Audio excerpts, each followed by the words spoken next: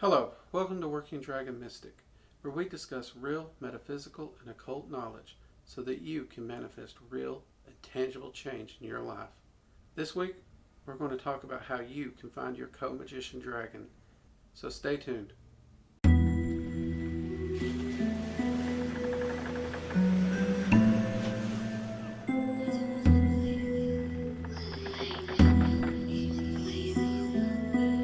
Okay, so to continue our series on Dragon Magic. In Dragon Magic, one of the key factors that a dragon practitioner would actually want is to find what we call a co-magician. This is a dragon who ends up being your primary teacher. It's the dragon you will work with the most, you will talk to the most, and that will teach you the most. In fact, even while working with other dragons, this dragon is going to help you with what they teach you. So, this is a very key component in Dragon Magic. Now, whereas your guardian dragon is a relatively small dragon, a relatively young dragon, your co-magician will be a full-grown dragon. So you can expect it to be a larger dragon. And oftentimes, when working with it, it may not even manifest as much more than a voice or even just an energetic presence around you because it is such a large entity. As time goes on, however, it may appear to you, if you've trained up your arcane sight so you can be able to see it, but it's more likely going to take on some kind of a humanoid shape to be able to fit within the area or the room you're in. I mean, for example, you're not going to fit a full-size dragon here in my office, so in that case, a larger dragon would usually take on a humanoid form of some kind to be far more relatable to me and to fit in this room. That said, dragons do often take on animal forms too. I know a lot of dragons who'll take on the form of a wolf or a cat or a dog or some other animal that will still fit within the working area that you're in. And in some cases, they have taken on some pretty funny forms. I got one friend that they're military and they're in the barracks. So it actually took on the form of a teddy bear that could sit on her desk. Now, we may find that funny, we may find that laughable, but it worked, and to the dragon, at least from its perspective, it was a very protective form it took, because dragons understand that the power that a teddy bear has when it comes to that protective nature. We may not think about it, but to a child and even some adults, that stuffed animal is a talisman of protection and it keeps them safe. So the dragon, not understanding that as adults grow up we might look a little bit more silly onto a teddy bear, it saw the power behind it and it saw that it would work in the environment, and that's what it done. So be open to the options that these things may take once you get to that point. Now, how will we go about contacting our co-magician? Well, this ritual is both simpler and harder than the guardian dragon. Now, the first hard part when it comes to contacting your co-magician is your guardian dragon. You have to have contacted him first, and you should spend at least 2 weeks working with that guardian dragon on a daily basis and getting to know it before you reach out to your co-magician. You might be able to get by with a week, but I would recommend at least 2 weeks. Now, we're going to assume we've got that 2 weeks under our belt. We've been diligent in working and building up that relationship with our guardian dragon. And you should have a name for that guardian dragon at this point. Hopefully the dragon gave you its name at the ritual, but if not, it may have held off on the name for a little while. But that name's going to be important. You need the name. So if you haven't got it yet, keep working and get the name from the dragon. But don't be pushy about it. Now, with all that done, the first thing we want to do, again, is we're going to want to set up and start with that dragon's flame ritual that we talked about in the other videos. Now, with that meditation done, Once you get to the point where you act at the end of the ritual, where you would insert meditation or the ritual process, this is the part where it actually gets a little trickier, because this, unlike a traditional add this ingredient, add this ingredient, add this ingredient, light the candle, and boom, this is actually going to be a meditation slash trance working to get this accomplished. And it's one that you really can't write out, and you really don't do it guided because it is so personal between you and the dragons. However, the ritual does have some guidelines and framework, and that's what we're going to give here. We're going to give you that framework, and you should feel free to make the adjustments where needed. So what you'll do once you finish the ritual of the flames, you're going to sit down and you're going to meditate. Take some deep breaths and focus your mind. Focus it on finding a co-magician. That is your solitary focus. Hold that focus in your mind. Slowly add to that focus. What is it that you're wishing to pursue in magic? What are your goals? Put those in there. Then begin to ask yourself, what are your weaknesses? What are your strengths? What areas do you need to balance out? Make sure you're putting all those in there too. And again, this whole time, you're holding on to that focus for attracting that co-magician. And this is very important because both your strengths and your weaknesses are important in Dragon Magic. And the co-magician that you're going to draw to you is going to help you to improve all those areas and balance you fully as a magician. Now, once you have all these things out there, hold them and continue to meditate. Now, eventually what you should experience is you're going to feel a presence in the room. And that presence is either a co-magician or multiple dragons who might be willing to be a co-magician. And if there's multiple, you can expect another Q&A like we had with the Guardian Dragons. If it's just the one, there may not be a Q&A. Either way, what you want to do is you want to introduce yourself. Be polite, be respectful. Tell them directly you are looking for a co-magician to help you, to teach you, to learn more about Dragon Magic, and to walk this path with you. And listen. Continue to meditate and listen. Listen for the response. Now, the response you're looking for is they are willing to be your co-magician. They may not show you their form, their color, anything at this point. That is not unusual. But they will let you know one way or another, whether it be emotionally or just a simple yes or no, whether they're going to do it. Now, when I say emotionally, what do I mean? Well, if you feel joy, happiness, some kind of a positive emotion, bingo, you're on the mark. If you feel sad, worried, some kind of a negative emotion, they might not be willing to say yes just yet. Now, you may or may not get a name, and that's okay.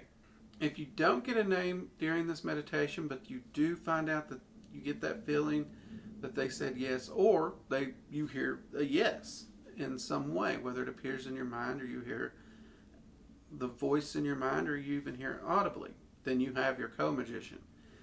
Now, if they don't offer up a name, it's okay for you to ask, may I have your name? What may I call you?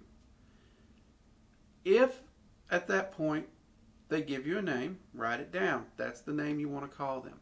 However, they may respond, not at this time. For now, they'll tell you, just call me and they'll come. And when they say that, you just call to your co-magician. And in time, they will give you that name. But more often than not, in my experience, the co-magician's pretty quick to give a name because they already know so much about you because of what you projected in that meditation and in that trance. Now, that said, when that presence enters the room, they're not just standing there. They are actually reading you. They're sifting through your thoughts. They're sifting through your past, your present, and your potential future. They are gauging your potential as a magician and whether or not you're up to it and whether or not you are ready for what they have to teach you. Okay, so what happens if you do the ritual meditation and nothing happens? That's okay. When you do this ritual, the dragons that are specialized as being co-magicians, they will hear you. They will know you're looking, and you will draw their attention. They may not respond first time, and that's okay. They're just taking their time to get to know your disciplines better. So do this ritual again and again until you get the result. It can take time. It may not be a one-time try. Much like we talked about with the guardian dragon, it can take time. I know for myself, I did this ritual every day for a month before I got an answer. And when I got an answer, it came through in a big, giant, scary way. And I'll be honest, I kind of thought I screwed up. But I'm actually extremely thankful because the co-magician I got, he has become one of my best friends and allies in my practice. And I couldn't imagine my life or my practice without him now. So it can take time. And I hope you don't have to do it every day for a month like I did. And you don't even have to do it every day. I was just impatient. But perhaps that's one of the reasons I got the co-magician I did. He's very gung-ho and get it done now kind of personality. So that could have played a part in us meeting. But it may take time. Don't get discouraged. Now, I know part of this sounds too simple to work. But in all honesty, when it comes to finding the co-magician, they've had their eyes on you ever since you reached out to your guardian dragon. And then as you reach out and you're honestly evaluating your strengths and your weaknesses, they're taking note of that as well. So honestly, these things really are what really makes up the bulk of this ritual. Now, one thing you can do to add a little extra oomph to the ritual if you want, get a hold of some crystal quartz and charge it with some energy and offer it as an offering to the co-magician. Because dragons love energy. They feed on energy that is offered. We discussed this once before in a previous video. So an energetic offering of a crystal of some kind, they love it. Another thing you can do is offer up beverages. They love that. They'll take the energy from food. They love that. But you can do some kind of offering if you want. It's not necessary, but you can. And for some people, it actually helps them in the ritual because it feels more ritual-like to be giving that offering. They have a hard time with just meditation-style rituals. So feel free to give that a try. And you can also add any other elements if you want to. The key here is, though, to be quiet, to listen, and wait for that presence and that response. And once you have that response, and once you have that co-magician, at that point, you want to your focus is now on working with the co-magician. You want to spend lots of time in meditation, communicating with that co-magician. And this is really where meditation really takes a big chunk of the Dragon Magic practice. Meditation is very important, and spending that time in meditation with your guardian dragon and your co-magician and talking with them and learning from them at this point is key. Now, a lot of Dragon Magic practitioners, this is where they get to. This is as far as they go, and their co-magician and their guardian dragon in them, they pursue other magical paths and learn as much as they can. And that's fine if that's what you want to do. And some, they dive deeper into Dragon Magic, finding other dragons to work with, working more directly with the 9 elemental rulers, working with all the elemental planes. There's a lot that can happen from this point. But for this month's series, this is actually kind of the peak of where we're going to go with this, because Whether you pursue further or you just go elsewhere from here, one thing will be the same. You must spend lots of time in meditation with your co-magician and your guardian dragon and get to know them, talk with them, learn from them, and work with them. I hope you all have enjoyed this month's series on Dragon Magick. I've really enjoyed sharing it with you all, and I am grateful for all the comments, the reviews, everything we've gotten on the series. It's really touched me to see that so many people are interested in this topic. And we do hope to do more on this topic. We are doing an entire in-depth beginner to advanced course on it. We can't give an exact release date on that. I know I have my hopes for soon. Those who help me film it are not as hopeful as I am for the soon, but we will see. And as always, if you have any questions, please drop them below. I'll do my best to answer them. Also, we're now doing a live stream on Fridays, 8 p.m. Eastern Standard Time. Join us there. Feel free to ask questions there. I'll be discussing my personal research, what I got going on, and taking viewer questions. And we still do have the Magical Coffee Hour podcast on Sundays, 8 p.m. Eastern Standard Time. So we have a lot of things going on. We've got a lot more videos planned and shared. I believe this will be the last in the Dragon Magick series for this month. So there's other videos that we do need to get out, but I do suspect we'll have a few more Dragon Magick videos that we're going to weave in there because you all have really loved this topic, and even though it's the backbone of my practice, I didn't consider talking about it as much because I didn't know there was so much demand for it. And now that I know that there is such a calling for it, I would like to do a lot more on this topic. So I'm hoping to get more videos out there on that. By the way, we also recently hit 390 subscriptions on this channel.